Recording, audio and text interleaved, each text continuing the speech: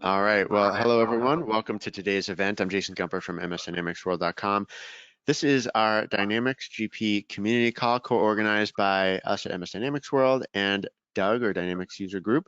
It's great to have everyone. We have an amazing panel here ready to talk all about what's new, what's been announced for the future of Dynamics GP.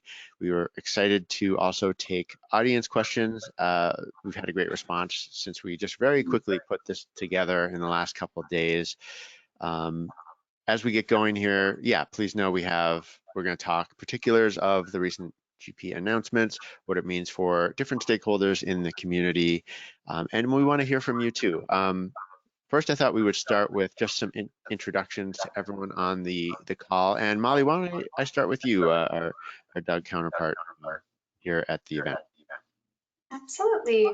Hi, everyone. Thanks for coming and joining us today. This is definitely an important topic in our GP space. For those of you that do not know me, my name is Molly Fuschel. I'm the president here at Dynamics User Group, and I am sharing this wonderful stage with some great people that hopefully you all know very well from our beloved GP space. So thanks for being here today. Great. And hey, Cecile, welcome. Hi, good morning. Thank you so much for having me. I am so excited about this discussion. I have been with Dynamics GP for 25 years. We're 15 years in consulting and then 10 years as a user. So I understand both. So I can really share my insights about this topic, and I'm so excited to hear what other people think. All right, I'm going to keep going around the circle as I see it. John Kirsch, welcome. Hi, thanks, Jason. I'm John Kirsch. I am the GP product lead at SA Global. I've been working with GP for 23, 24 years, something like that now. So going back to the 90s. So been using it a long time. I actually worked at 3 different companies that use GP before I started consulting. So I've worn a bunch of different hats over the years. So thanks for letting me be a part of this. Very good. A late addition to our panel, but nonetheless glad to have him here, David Musgrave. Hey, David, welcome. Hi, it's just past midnight in where I am in Perth, Australia. So I'm David Musgrave. I've been in the GP world for 30 years now, which is more than half my life. I am the manager and managing director of Winthrop Development Consultants.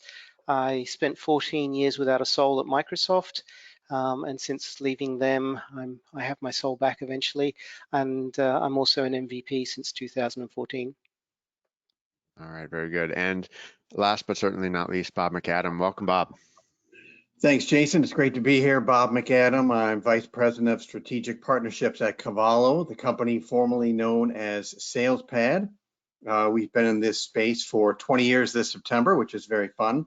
I'm a former GPUG general manager, worked as a partner for a couple of large firms for over 13 years, and now I have the privilege of being on the advisory board of Doug, working with Molly and Liz, my former colleagues. So great to be here. Thank you for the invite.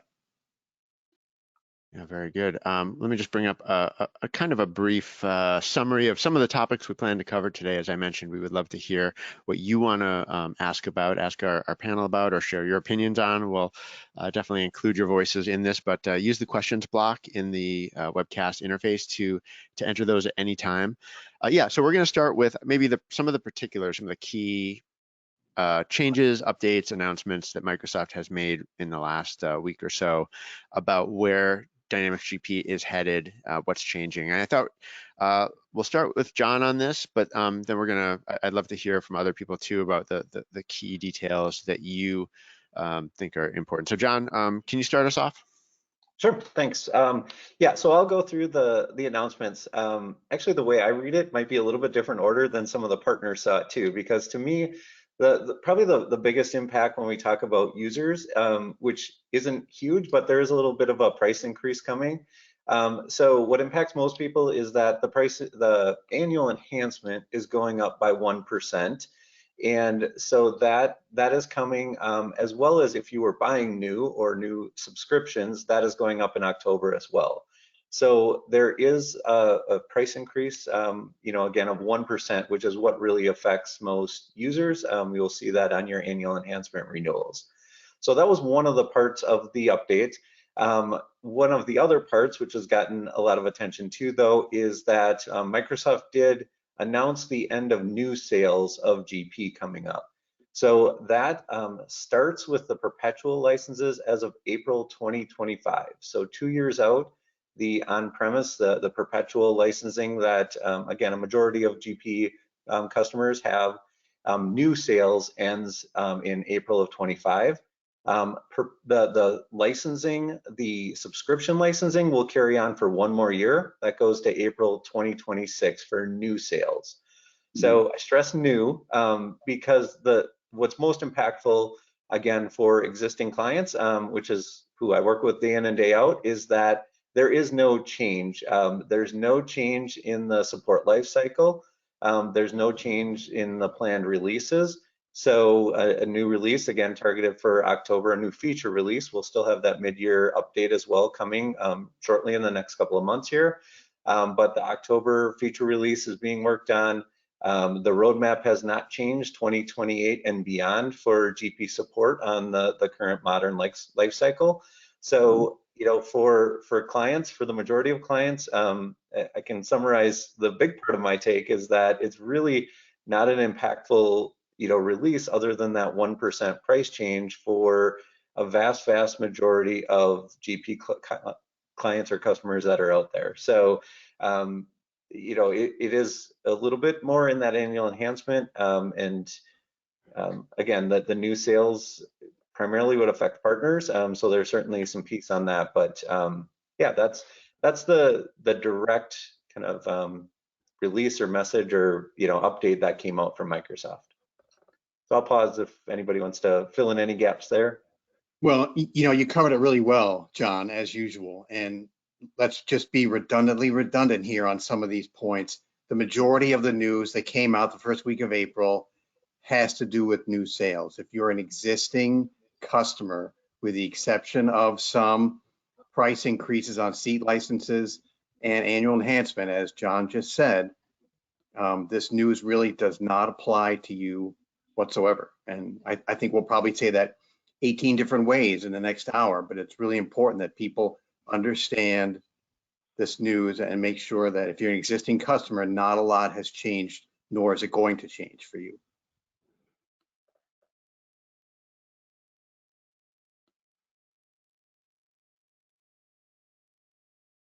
Thanks, Bob.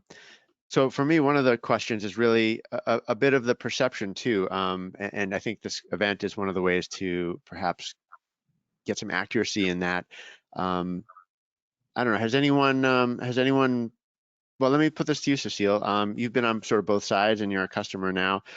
Did it give you any pause or did it raise any questions for you and supporting your organization? Yes. So the first time I heard about it, it was like, uh-oh, this is it. I feel like it's gonna happen, but I really didn't expect that it will happen now because, you know, over the years you will see Dynamics GP announce, oh, this is the end life, but keep on extending. So having that announcement is like, oh, what is mean about that to me as a customer?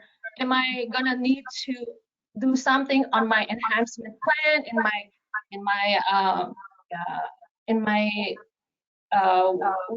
we have this called stay current. So I asked my partner, hey, what this means stay current? Do I need to make sure that I'm paying or do I make sure that I'm on an updated version of Dynamics GP?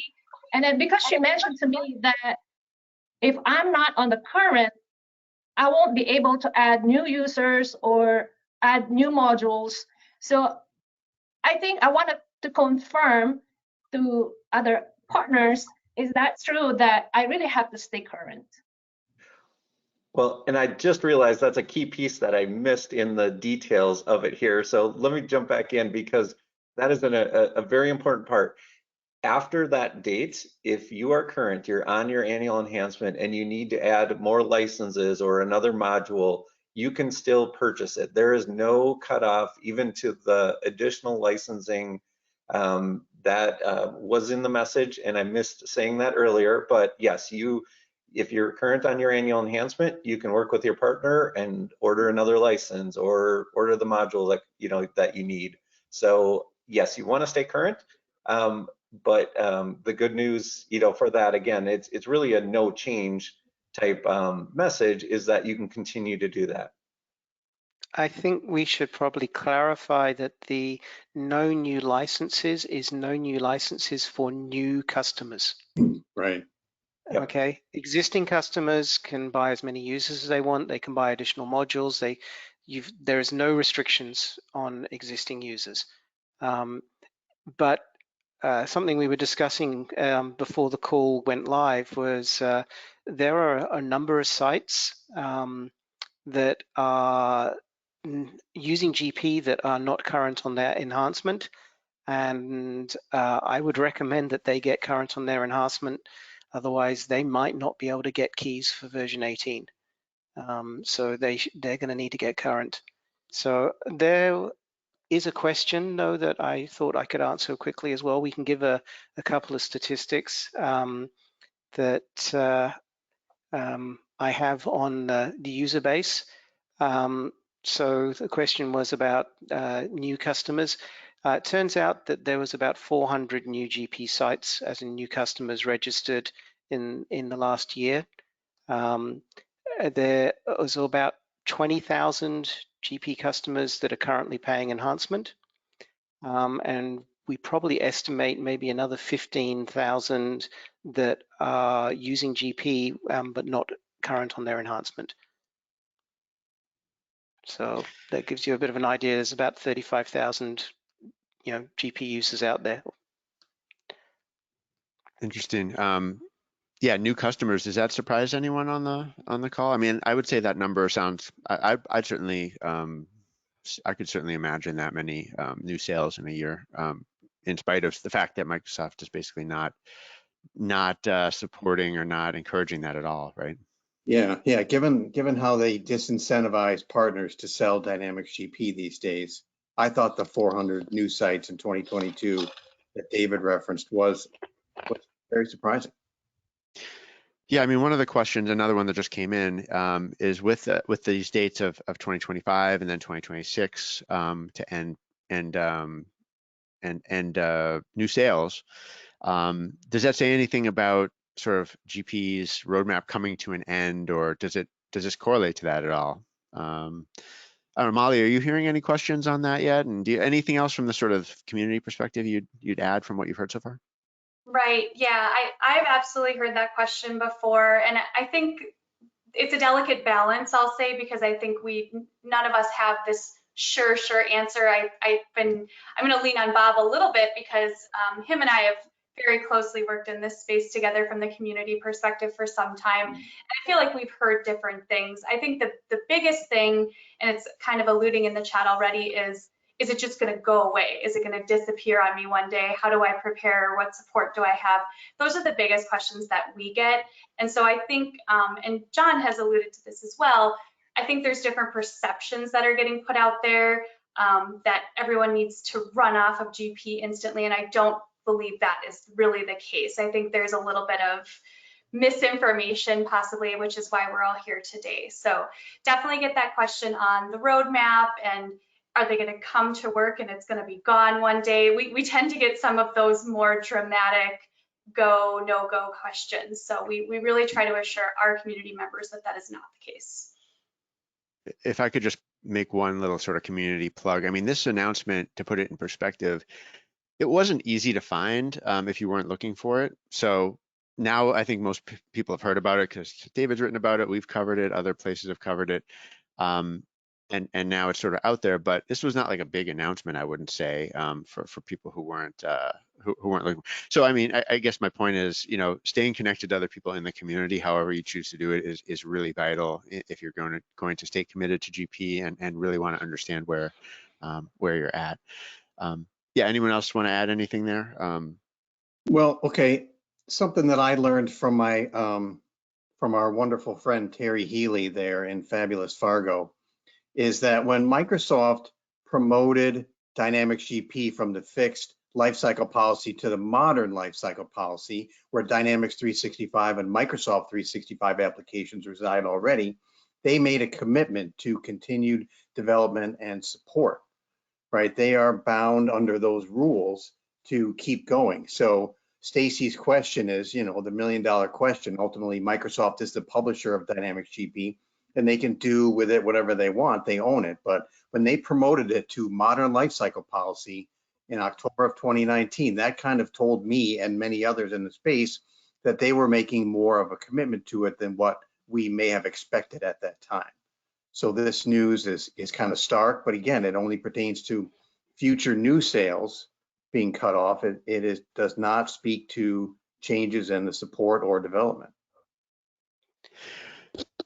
And I'll just comment one other thing. So, we look at it, so 2028 is 5 years out from now, right? So, I mean, even with the big thing with GP, with most still being on-prem, starting to split a little bit with some hosting, but with most being on-prem, if I'm making a decision this year and I love GP, it works for me, it does what I need it to do, and I want to continue to get the return on investment from putting this in maybe years ago, right? But I'm going to target a server to be 4 or 5 years and to get the life out of it. I mean, I've got that fully supported. Not even to say that once I'm on that SQL version, I can run that for a number of years after. So, from my perspective, if you're doing what you need to do in GP and we're doing that planning, I'm not worried. I'm not thinking twice about it, that I've got a good decision. I'm going to stick with that decision and keep going. So, I don't think there's any pressure. It really, I mean, to me, this announcement wasn't also that big of a surprise, but it really doesn't change. It wouldn't change my strategy if I were still a customer. It doesn't change my strategy as a partner of, educating what's happening and, making the choice that's best for the company. Here's an interesting scenario that came in from an attendee, thinking of splitting some of their GP companies off into their own instances. Would they still be able to do that after the April 2025 deadline?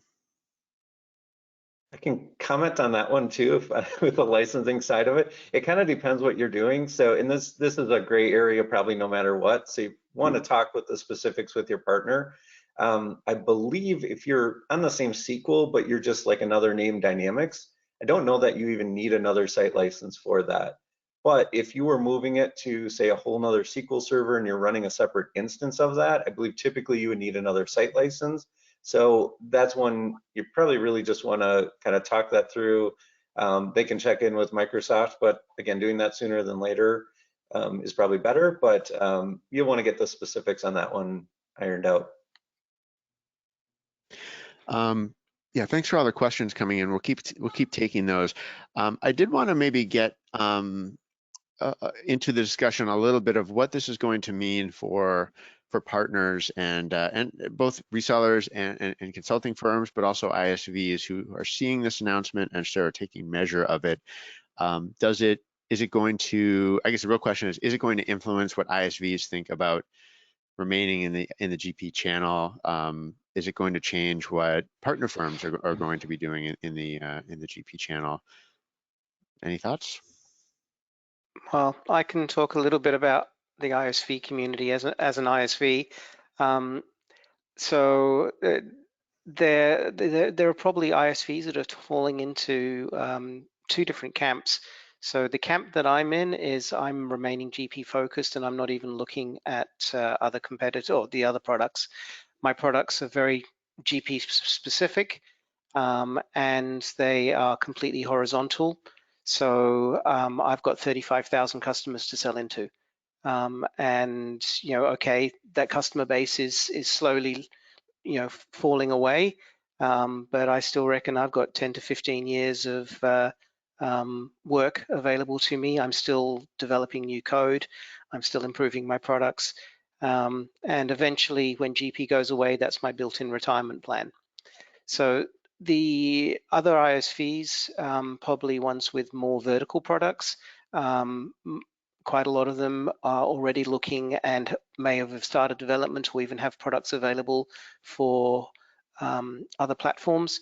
Some of them are like independent products that have GP interfaces.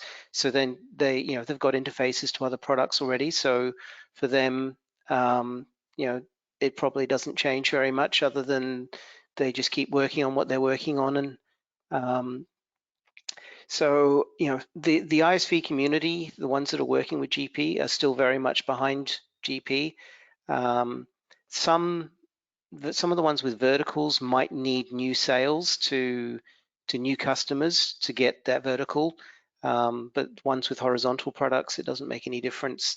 There's still a massive customer base to get into. So yeah, most of the ISVs are still out there. They're still supporting. They're still developing. And as long as people keep using their products, they're going to keep supporting and developing them. Yeah, ditto for us at Cavallo. So our CEO, Mike Bewer, I've been here a little more than 2 years, and when I was talking to Mike just prior to coming on, I probably asked him like 97 different times, are you committed to the Dynamics GP space? We're developing products in other ecosystems, but are you committed to that space? And he told me 97 times, yes, we are. And after this news hit on April 4th, he blogged on our website under the news section of our resources that, yeah, we're committed. We probably have almost 800 customers using our offerings for Dynamics GP, and a lot of them have very complex environments, and the likelihood that they can move and find something else or find something better in the short term is pretty slim. So we are committed to this space. We've rolled out process analytics. We have a Wensoft connector now. I mean, we continue to develop for GP and other ecosystems because the GP, that's our flagship ERP, and we're going to continue to support it because our customers like what they have, and they're counting on us to maintain our support and our development in the GP space. So it makes sense for us. That's pretty common, right? And this also gets into the services side. From my perspective, if I was putting a customer hat on and said, well, maybe I'm committed to GP for the foreseeable future, but I'd still want, I think, partners, both solution providers and vendors who also understand at least some of the relevant, ERP solutions that I might move to in the future, right? Whether it's a Microsoft solution or from another vendor. And a lot of providers have made those kinds of adjustments, right? Or have taken on those solutions. So I mean, for a service provider, I think that's probably not a bad thing to have a relationship with a firm that knows other ERPs in addition to being committed to GP.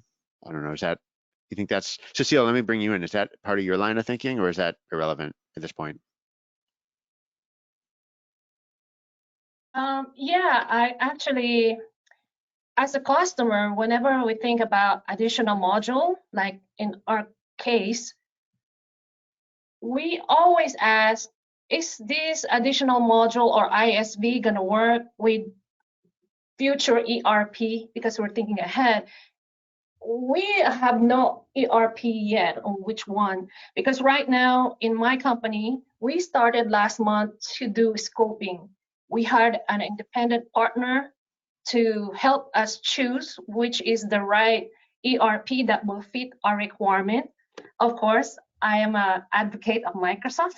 I love BC. And of course, I really wanted to, be the first person to answer their questions. So I know I have, all the admins out there also thinking, oh, is this ISV gonna help or gonna fit in the future ERP to have to have our investment worth, and also thinking about, the support of that ISV. Mm-hmm. So API-driven integrations, Someone actually mentioned in the questions the wisdom of perhaps investing in an integration platform if you don't already have one, as a sort of a future-proofing measure. Is that something that people see a lot of or hear about customers doing often? I guess I haven't seen that too much. I mean, I think you know, we see a lot of you know, questions like that if we're considering a future move. I've had GP clients recently, every month over the last few months, adding an ISV solution though that's specific for GP or isn't really going to directly change either. So, I mean, I think it's just where you're at and what's driving your needs right now. And I think that's, you know, going back to, you know, what's most important is just kind of that timing. So, you know, we certainly talk to folks that are on GP and want a SaaS solution and are looking at BC from our side of it, which we support. So yeah, I don't see a lot of trying to fit those two together, though. I guess with, you know, more what the question is, or how do we, you know, translate that across if you move. I see most kind of focused either what they currently have or, you know, if they are looking at making a move, where they're going to. So it's kind of in whichever camp, but I do want to circle back from the, you know, kind of where that started too, is just from the partner perspective, too, is that, again, I don't think it changed. Like I talked to, shortly after this announcement went out, I called Sean Dorward on my team and we were on the same page right away with it too. It's, okay, this is the announcement. Does it change anything we're doing? And the answer was immediately no. You know, we're going to support GP, we're going to support BC. Those that want to move between that, we're going to support as well. And I will say not all partners are on the same path with that either. We've taken on new GP clients where a partner has gone another route and, you know, offered that route to the clients, but if they didn't want to, you know, they were, you know, helping them look for a new partner. And, you know, we've taken on clients like that, you know, just kind of all different, but it's just important to be in touch and know, you know, what your plan is and if it's in sync, and continue to get to the support. And I appreciate this call. That's why I wanted to be part of it. So hearing the direct message though, and not a spun message from, you know, might be non-Microsoft, a competitor, like understanding the roadmap hasn't changed, 28 and beyond. You know, there are offerings and, you know, path to BC and other solutions too though. So just know the facts before you make a decision is where I fall. Yep, that's a good Right. point, right? The competition is going to hear this and spin it the way they want it spun and start telling prospects and existing customers that the end is now in sight. And, you know, competition can be fierce and disinformation can be prevalent, and people need to know the facts so they can, as stakeholders, make the best decision for their companies. There's I just wanted to add on that because each time I talk to my partner, kind of saying, hey, you know, you have 40% discount if you switch, you know, it's like pushing me or pushing everybody to switch. But, you know, I just heard this morning that maybe it's not the new ERP is the solution of the current problem. Maybe it's just need to revisit what do we really need, what process we need to improve. We don't have to switch right away, or we just need to look what solution are we in need of reporting. Do we need to enhance this process, the integration? So it is not really go rush, make decision to switch. I think there's a general takeaway that I have shared with a few other GP users in our community space, that don't let anyone else make your decisions for you. Know what your company needs, know what that looks like, know the questions to ask for whichever way you're exploring, even if it's certainly to stay within GP. I think when people try to rush you and make you make fast, rapid decisions on a really big decision that impacts basically everybody in your department and other departments in your company, I always say don't let anyone rush you into that. Make sure that you're doing your homework and make sure it's the right time for your team, not for the person who's pushing you. So there's just a little bit of that element too that I always want to be very mindful of on behalf of our users is make sure it makes sense for you, not for the person who's selling it to you. So always going back to that, which a lot of this feedback has also expressed from our fellow panelists. When it comes to So, competitors and messaging and misinformation, I don't want to dive too far into things that are not true, but are there kind of key things that anyone thinks is worth shining some light on that is misinformation right now? It's been raised in the questions that there's some out there. I'm not 100% sure what anyone would maybe have in mind for that. well, I was looking at the questions coming in, and I was just thinking there's a reference to what happened at Summit. Yes. And I was one of the partners that was in the meeting that was hastily arranged for the next day to talk to Mike Morton and his team. And there was a few things that came out of that meeting, other than the fact that he posted a retraction of pretty well everything he said. But the thing that I found quite interesting was every time the Dynamics team has changed, where the management responsible for Dynamics GP has changed, they've normally ended up getting involved with the Dynamics, what used to be the NAV team. For example, Mike Morton is actually based in Denmark. He moved to Denmark, and he has little NAV people sitting on his shoulder. When he was asked how many of his team had GP experience, he actually confessed that none of them did, and that he had not communicated with the GP people in Fargo, and he had just made this announcement. In fact, a lot of you probably wouldn't know that the slide deck was changed by Mike Morton and his team. That was not the same slides that they had in their dry run that they had done earlier the day before, I think it was. They changed it, and they were quite secretive about the fact that they used a different drive. So this is basically. I think it was quite sneaky, and also the fact that he did not.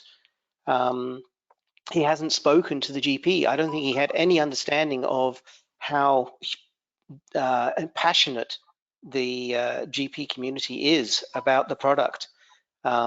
So we get Microsoft making messages like that, and then they have to go and retract it. And the competitors jumped on it. There was, I know that I think it was Wendy who actually mentioned that Ingevity had some of their team got called by competitors the same day, that basically saying come use our product instead. So I saw Dave Feenstra has mentioned that some of his customers are getting approached. So the competitors love it. Microsoft is, if they were to just not be so heavy-handed, they would probably get all of the GP customers moved across to Business Central or one of the, or maybe F&O when they're ready, and those products do everything that the GP community want. But by being heavy-handed, a lot of the customers are going to other products. And a lot of them also turning around. Like there was a report recently that stated that of the people surveyed, over 60, I think it was 62%, said that they were not interested in coming off GP anytime soon. Yeah, I mean, it's such a, it's such a lucrative pool of sort of experienced ERP buyers, right? I mean, this big group of organizations that all run a sophisticated ERP product, albeit one that's some of them are out of date, and it's one that's not getting the support that and the sort of innovation that it used to for the future roadmap. But I mean, It is a mature product, though. A mature product. It is a mature product, and therefore, it doesn't need huge new features. And then the team is dealing with the tax requirements, they're dealing with the security requirements, they're dealing with compatibility requirements, and they're still adding, medium and small features and tweaks. Yeah, that was what I wanted to bring up next, was what the roadmap actually looks like in terms of what kind of features people maybe have their eye on. I know that there is a new release coming up. John, I think you touched on that. Do you want to kind of go back over that just a bit more to sort of explain what you see in that future?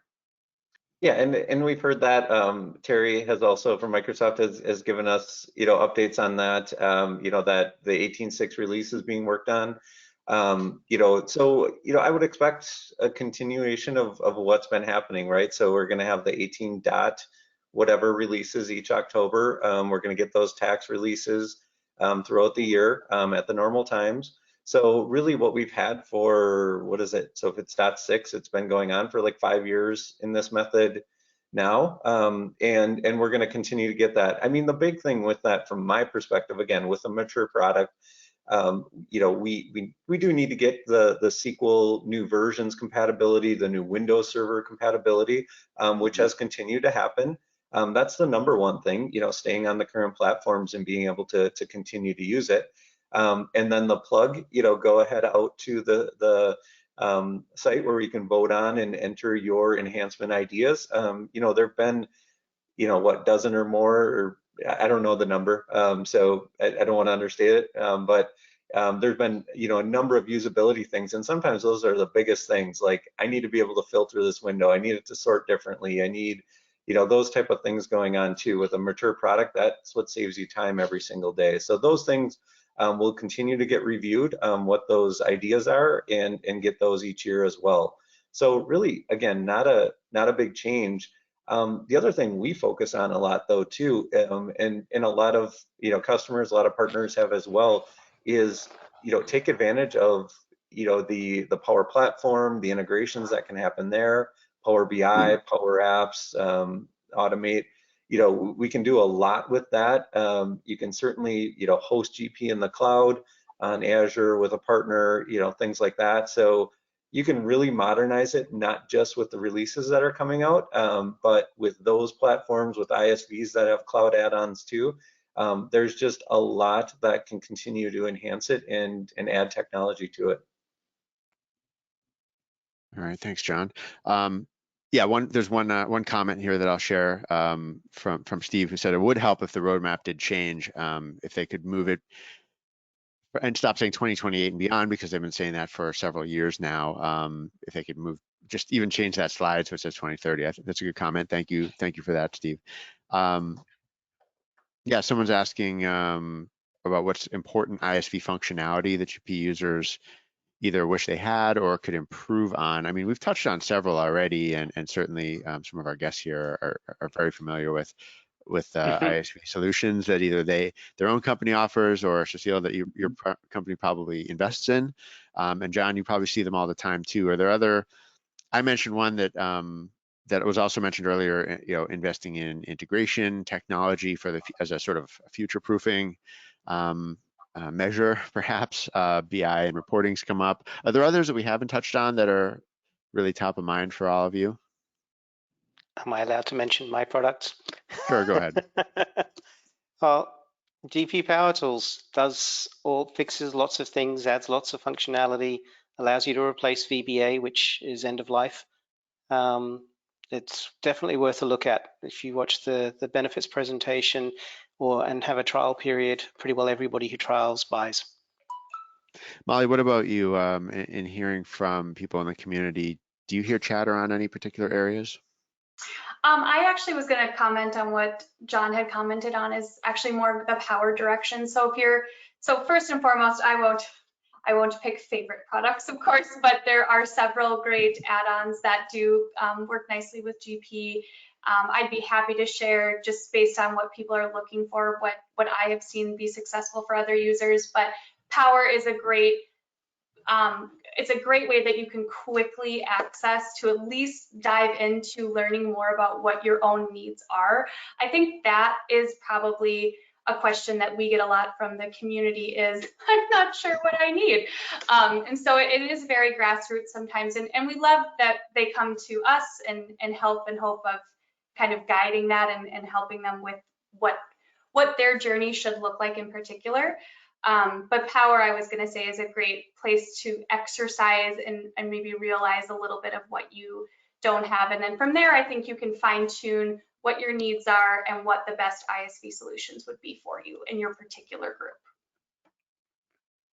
Yeah. For me, I would like to invite those who wants to join us in Doug, Arizona. We have virtual session, so it's going to be focused on GP. We are still doing, giving some tips and tricks for those GP customers. So, for example, we will do smart list, how to create age trial balance smart list, how to create an edit list in GL in smart list. So we are going to focus on smart list this coming 20th. So if you go on Doug, Arizona, join that group, and then you will be informed on our future events. And we will be in combination of D365, not just GPBC and other as well. So join us. All right, excellent. One thing that yeah, go ahead, Bob. I wouldn't mind addressing Adam's question here in the chat. It's really good because we talk about this all the time. If you have an existing GP customer who is now hesitant to invest in an integrated third-party solutions moving forward, given this news, if you're a stakeholder in a small and mid-sized business running Dynamics GP, right? The past 3 years have been pretty rough. We had this pandemic. We have supply chain issues here and there. Interest rates are high, so getting your hands on capital is challenging. Inflation is well over what it should be normally. So you probably feel like after hearing this news, you're going to have a price increase on seats in October and then enhancements. You're probably thinking, gee, I need a break. Someone cut me a break already. So what we're trying to tell people is, okay, if you're going to stay on GP for the short to long term, perhaps you want to invest in third-party applications that can scale your business. And because you're probably going to be here for a while, you have a complex environment as it is, invest in a third party, scale your business, grow it while you're trying to contemplate what's going to be next and when. And by the time you get there, you've grown enough whereby, the redeployment of a new system, because it's not a migration, the redeployment of a new system has been paid for because you've leveraged the technology that you had, added some third parties that you probably didn't realize you need. And now you're ready to start planning what's next when you decide that it's time to move on. So yeah, we're encouraging customers to look at third-party solutions because we're investing in ours, continuing to develop. So is David. So are all kinds of ISVs in the GP space. There are a lot of really good ones, and they continue to plow forward business as usual. And if you leverage the ones that you need in your GP environment, and scale your business, you'll be ready for that next step when that day arrives.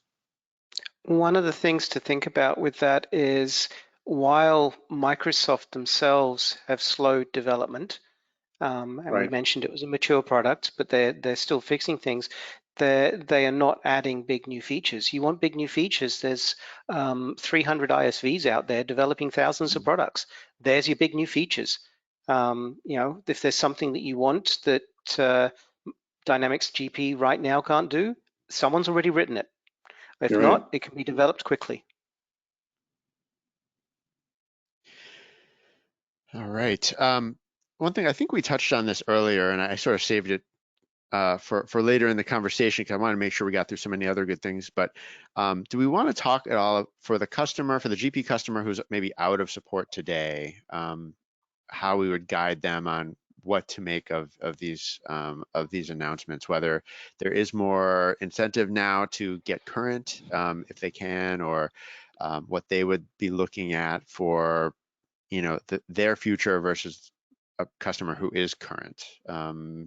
John, is that something you want to? Yeah. Is that too messy of a John had topic? the best answer. Before we started, John had the best answer, so you should reiterate. It's important. Now I got to remember what I said.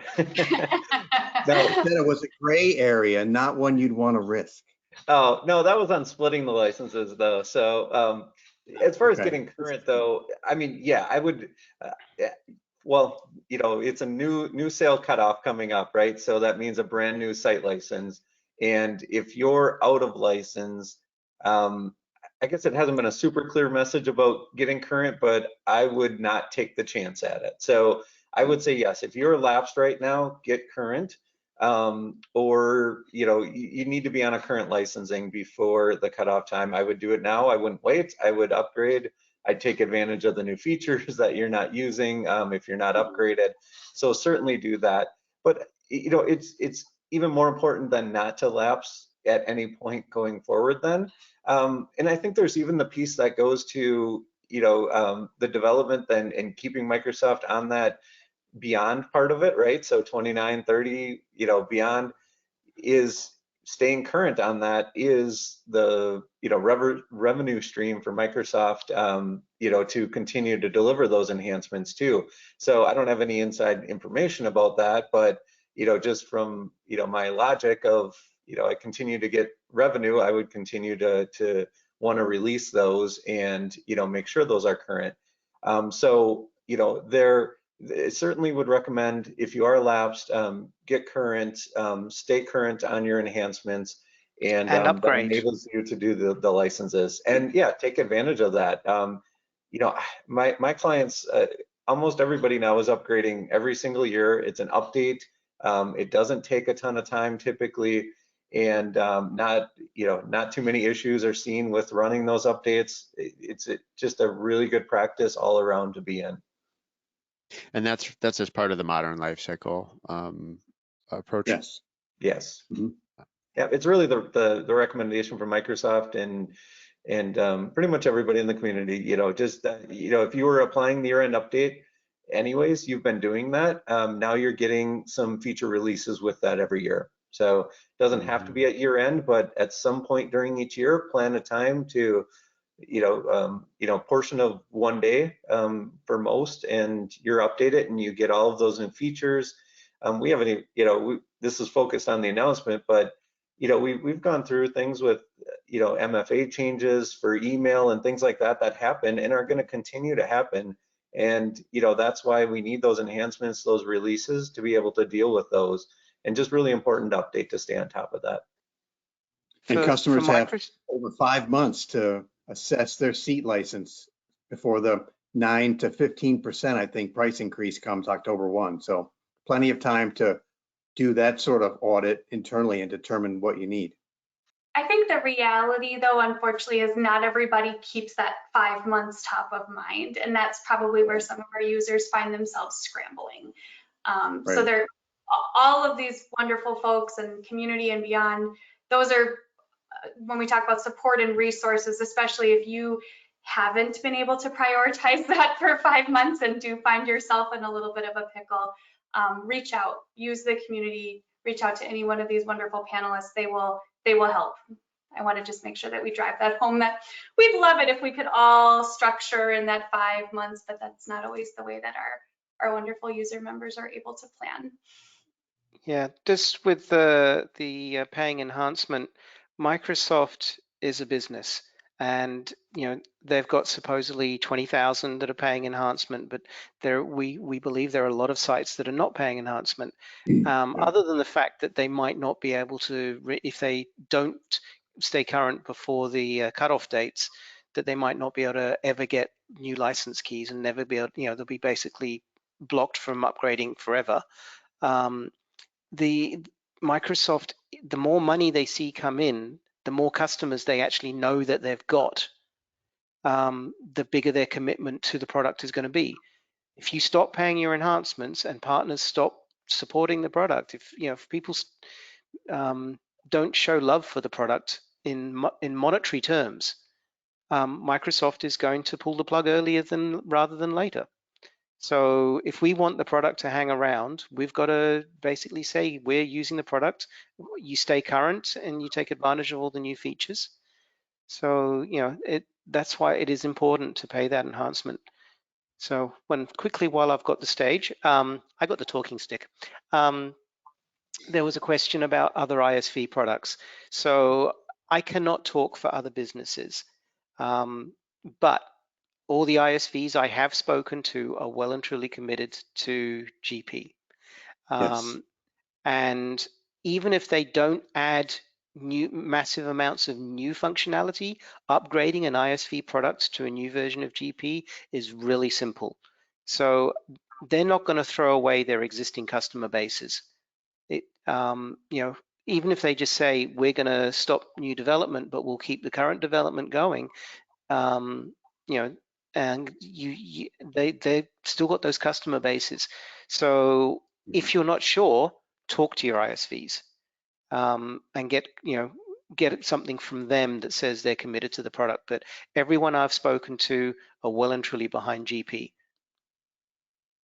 Yeah, ask I would- those hard I would- questions, right? Next month. Yeah, I Talk would to us. agree. I've not had any issues upgrading, and I haven't heard any different. So. Yeah. All right. And a good question came in asking for a little more specificity on price increases, what they will be, how you find out what that's actually going to cost you. John, do you want to take that? I will defer if anybody else knows the exact details on that, because that I don't know. I don't know that it's been released. Yeah, I saw a document from Microsoft that I believe the seat license is going up between 9 and 15% on October 1. I don't know that they've determined how much yet, but I believe that's the scale. And it's I saw dependent from what Rebecca's I, question there from Ramadino. yeah, and it's dependent, it seems like, on which currency you use, so which location, locale you're in, and but yeah, they didn't give specifics in what I had seen either. Right. I think they're giving themselves a little wiggle room there to see how all this plays out this summer and how partners react maybe next week in Orlando. So all we're right. gonna wait and see. Yeah, I mean, one other thing that came to mind, I think someone actually touched on it, was, Microsoft's newest sort of cloud, ground to cloud or on-prem to cloud promotion. It now lets GP customers or any on-prem ERP customer move to any cloud ERP, if I have that right. Not something I've dived into a lot myself yet, but it certainly sounded like they're really trying to just make it more flexible, make it any path possible. Has anyone looked into that any further, and any other thoughts on that? The bridge to, I think it's bridge to cloud too. Yeah, I mean, we certainly look at that for anybody evaluating BC. It really is, at this point, there's been a number of these promotions. They've all been just slightly different, but very close, where it essentially, kind of gives you a discount on the per user, or keeps you closer at the price that you are paying for your existing enhancement, even if you're adding some named users then. So kind of similar. It's a little bit case by case. For not everybody, it makes sense. For most, it can be beneficial for doing that. One of the things I think that's in this current one, I believe though, is once you do that, you're on a path to go on to BC. So you do have to kind of be committed to do that. So we haven't, really looked at signing up saying, let's do this for an evaluation, because it's really it's a timeline essentially of committing to do that. But it mostly gets you dual use rights during that time though too, so that you can not pay for both systems while you're working on a plan to implement BC in that instance. So there's some good benefits to it, but it is for those that are committed at that point really to transitioning. Question from the audience. This is our last one at this point, so if you do have any other questions, please do enter them. But do we think Microsoft will give any additional discounts for lapsed customers? I've had some buy new software instead of paying the late fees. That's an interesting observation. Yeah. Yeah, I mean, I think it's going to be the same situation. So if somebody has lapsed for a decade, and lapse fees really aren't feasible, repurchasing the software is, I think, what is being referred to there. I think that's going to be the same situation. Again, no inside information, but I wouldn't expect anything to change differently from everything I've heard or seen. So I would expect kind of in that same boat. Yep. Yeah. Agreed. I think they might block. I think they might block somebody doing that. That they might say, basically, you can't repurchase because that's a new site. So that's after the cutoff date, I would do it before the cutoff date for sure. Yes. Yeah, because you might not be Risky able to otherwise. renew. Well, let's have everyone who wants to anyway give maybe some closing thoughts or final messages to our audience here. It's been a great discussion. Molly, why don't I start with you? Anything you want to close with? Yes, really quickly, I will just say thank you everyone who joined this conversation today. I hope it was of value to you. We, from the Doug community perspective, are absolutely here to continue to support our GP partners, users, and Microsoft friends. I think the big question that we get specifically for Doug is, are you going to let GP go as far as your community support? And no, nothing is changing on behalf of Doug. We still have GP at our conferences. We still have GP on our forums. Cecile has her GP meetup that she was just referencing. So we are here and fully committed to our GP audience and community members. All right, excellent. Cecile, any parting words? Yes, I just wanted to encourage everyone to kind of look closely on what specific needs you have. It's not really, sometimes it's not really new ERP, because if you have existing problem in your current system, it will carry over to the new system. So better resolve the process now and, and invest time on evaluating, scoping your new ERP if you want to go that path. All right, thanks. John, let me give the floor to you. I'm going to refer back to Molly. I liked her statement before saying, don't essentially don't have somebody tell you, how to run your business, if you will, right? So, if we didn't hear this announcement and you're using GP and the roadmap is 2028 and beyond, if you weren't planning on making any changes, don't make changes.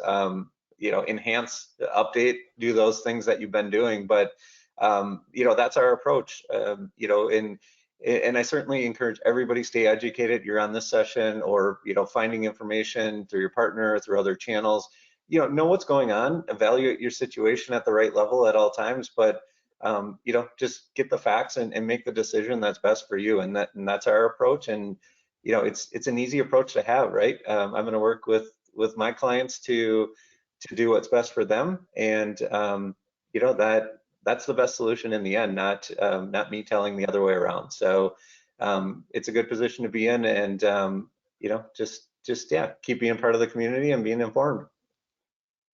Awesome, thanks, John. David, anything else that you want to leave people with? Well, thank you, Jason, and MS Dynamics World, and Molly and the Dynamics user group for putting the session on, and for letting me join as a panel member a little bit late, but that was cool. I would like, if you haven't read my article that's on my blog, go and look at winthropdc.com/blog. It's currently the top article there, which was an article that I wrote on the announcement and where I think things are going, and what you should do. But the basic gist of it is I still believe that the best upgrade from Microsoft Dynamics GP is the latest version of Microsoft Dynamics GP. So if you're not on the latest version, get on it.